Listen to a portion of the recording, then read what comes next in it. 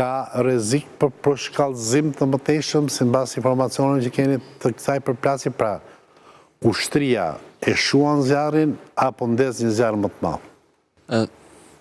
Duke marrë në konsiderat ato çfarë situatat kanë paraqitur para nesh, dhe pa pretenduar që kemi gjithë informacionin e nevojshëm që ka, si më themi, pjesa elita drejtimit të Shtetet Bashkuara të Amerikës, unë do thosha që nuk besoj se do të ketë përshkallëzim deri në ato nivele sa të quhet luftë civile.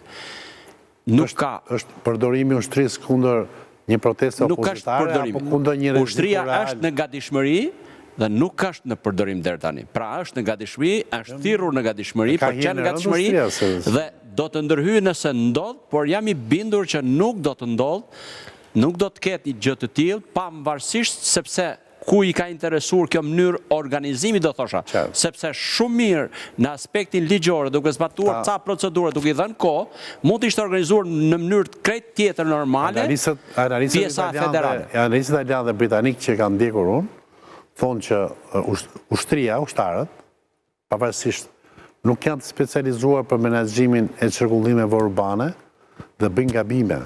Normal. Ka një koeficient gabime shumë më madh se sa forcat e specializuara. E kanë trajnim. Forcat marinse dhe garda e kanë të trajnim. Garda veçanërisht e marinse. Po i kanë gjakun e nxehtë dhe thonë grileto facile, do kanë Friga rua vesh. Policia ka më të lehtë grileto se sa. Për të Friga rua vesh. Unë mendoj që për të dy palët është mirë.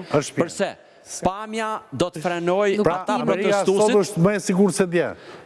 It's good news. Unë mendoj që është lajm i mirë për sa kohë ata e kanë organizuar në këtë formë. Jam dakord. Shara për ta mbyllur këtë.